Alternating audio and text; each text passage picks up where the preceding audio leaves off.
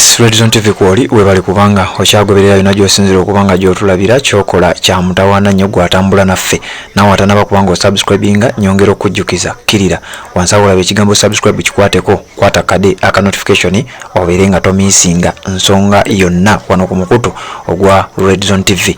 Kakati amawulire oba ensonga eza Ssaabasajja Kabaka, ensonga z'obulamu obwa Kabaka zirabika nga zikutte wansi ne waggulu.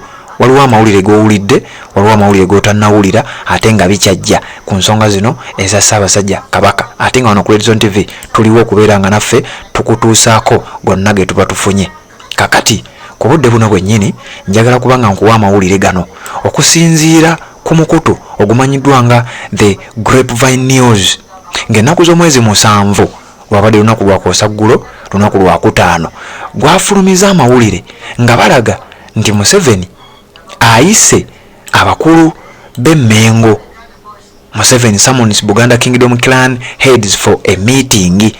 Njagala ompulirize bulungi nnyo.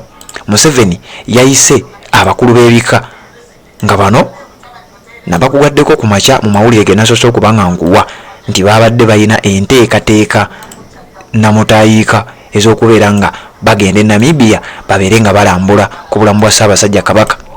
Ago gafulumye lunaku lwa ggulo, naye ate gano genkuwa gafuluma lunaku lwa Kutaano nti Museveni yayita abakulu b'ebika babeere nga bamiitinga ku nsonga z'obulamu obwa Ssaabasajja Kabaka, nti era waliwo possibility y'okubanga bwe twogerera bino nga baasisinkana dda oba nga baasisinkanye dda, sinakindi okuba nga bagenda kusisinkana essaawa yonna. Ensonga eri ey'okuba nti abakungu basazeewo batandise okusala empenda ez'okugenda e Namibia okubeera nga balambula ku Ssaabasajja Kabaka, bino nabyo tosobola kuba nga obibuusa amaaso. Njagala tugende mpola mu nsonga eno paka we tunaatuuka ku ekyo kyenjagala okubanga nkutuusaako, wabula nga sinaba kubanga neeyongerayo nja kusaba nkutegeeze ku nsonga za muganda waffe amanyiddwa nga Haji Kasujja. Ono nga mulombi wa dduwa akwasaganya ensonga ez'enjawulo. Ayina ebizibu mu nsonga z'amaka, gwayina ebizibu mu nsonga z'ebyenfuna, sente tezisumu tezijja bulungi nnyo n'ebintu ebirala ebifaananaganako bwe bityo abikwasaganya bulungi nnyo, asumulula emikisa n'ebintu ebirala byonna nga oyinza okuba nga obitegeera. Asangibwa Jjinja ku Nayiro wennyini awo ku luguudo oludda e Kayunga, era osobola n'omufuna ku ssimu eri 0753 85 64 0753 85 64 osobola n'omukontakitinga ku WhatsApp ne mubanga ensonga muzikwasaganyiza awo nga tonnaba kubanga omusisinkana. Kakati njagala mbe nga nkutuusaako ensonga eno oba amawulire gano.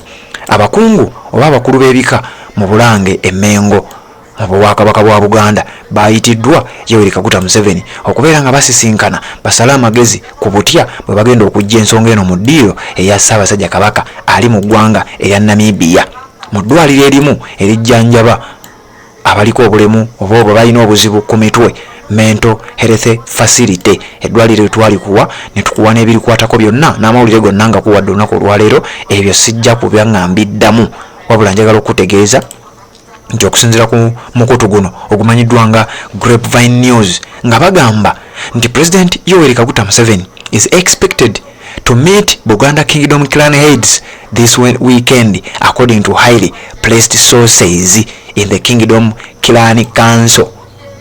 Okusinziira ku sources ez'ekyama ez'amawulire oba ezituwa amawulire okuva mu kakiiko akakulembera abakulu b'ebika mu Buganda, nti okusinziira ku sources ezo ziraga nti Museveni mu weekend eno, weekend eno ekyaliko leero lwa Sunday, yabadde asuubirwa era nti yayise abakulu b'ebika bano abawererako ddala, ebika bya Buganda mbimanyi, nti yabayise babeere nga basisinkana ku nsonga ey'obulamu obwa Ssaabasajja Kabaka balabe nakki ekiyinza okuba nga kiddako. Wuliriza okusinziira ku mukutu guno nga bagamba the meeting is expected to take place at Entebbe State House and a section of the clan heads who have been selected to attend have been taken to a private facility to take COVID-19 tests. Bino byenkugamba mawulire gafuluma ku Friday ne tutasooka kwagala gakuwa nga tunagakakasa. Wano nga bagamba nti meeting esuubirwa okugenda mu maaso mu Ntebe oba mu State House esangibwa Entebbe State House, nti era abamu ku bana abalondeddwamu tebagenda kusisinkana Museveni bonna, wabula waliwo abalondeddwamu naye kwe basinzidde okubanga balonda sinnaba kubanga nkitegeera nti abalondeddwamu batwaliddwa mu kifo ekimu ekyekusifu okubeera nga babatestinga COVID-19. Omusajja ono akyatya COVID-19 na buli kati nti bano oluvannyuma lw'obatestinga balyoke bagende babire nga basisinkana ne Museveni boogerezeganye bakubaganye ebirowoozo ku bulamu bwa Ssaabasajja Kabaka n'ebigenda maaso mu mawulire babyogeddeko ki. Uliriza. We are not surprised because we have been waiting for this meeting. Remember when we met the president in 2023 and he fulfilled his promise by buying for us a land. Bino nno bakotinze omu ku mukulu w'ekika omu ku bakulu b'ekika nga yayogera bino nti tetwewuunyizza nnyo olwa meeting eno olw'ensonga tubadde tugirinda ebbanga lyonna olw'ensonga nti twasinkanako Museveni mu mwaka gwa 2023 era n'atuukiriza bye yasuubiza eby'okutugulira ettaka. Owulira statement. Red Zone TV ndi mukubanga nkuwa ebigenda mu maaso mu ggwanga Uganda byobadde omanyi ne byobadde tonnaba kubeera nga otegeera. Kakati olwaliwo lwa Sunday katugende mu maaso. Buganda Kingdom Premier Charles Peter Mayiga confirmed that Kabaka Mutebi is in Namibia resting following the advice from his doctors in Europe. Charles Peter Mayiga Katikiro wa Buganda ya confirming era yakakasa Ssaabasajja Kabaka ali mu ggwanga lya Namibia awumuddeko ng'okuwummula okwo amagezi gaamuweebwa abasawo be okuva mu ggwanga erya Germany.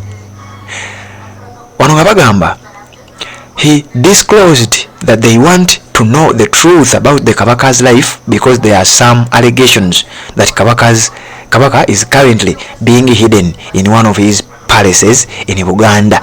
Uliriza.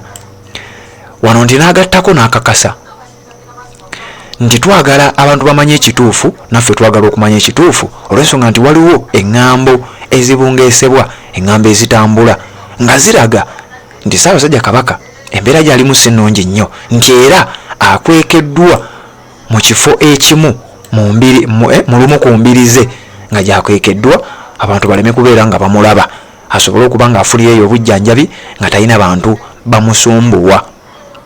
Ensonga eno sigera kubanga ngisussa wano wabula kyenjagala okubanga nkutegeeza ensonga laki nkuleetedde eggulire lino twakuwadde amawulire njagala okonekitinga ebintu bino.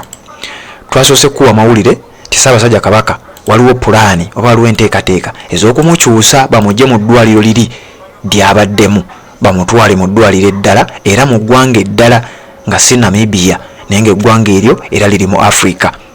Ago amawulire twamaze okugakuwa ate ne tukuleetera amawulire amalala nti abakulu b'ebika abamu bamaze okwekolamu olukiiko n'enteekateeka zigenda mu maaso okubeera nga bagenda e Namibia babeere nga balaba Kabaka.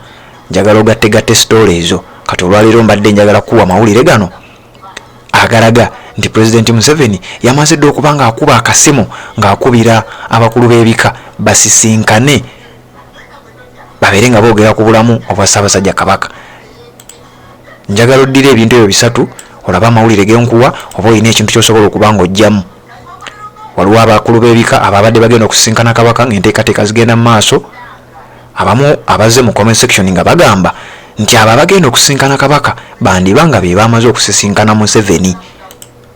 Naye ne tufuna amawulire nti waliwo ate abakungu era abali emmenga bali mu kugezaako okukola kaweefube okulaba nga balemesa enteekateeka eno.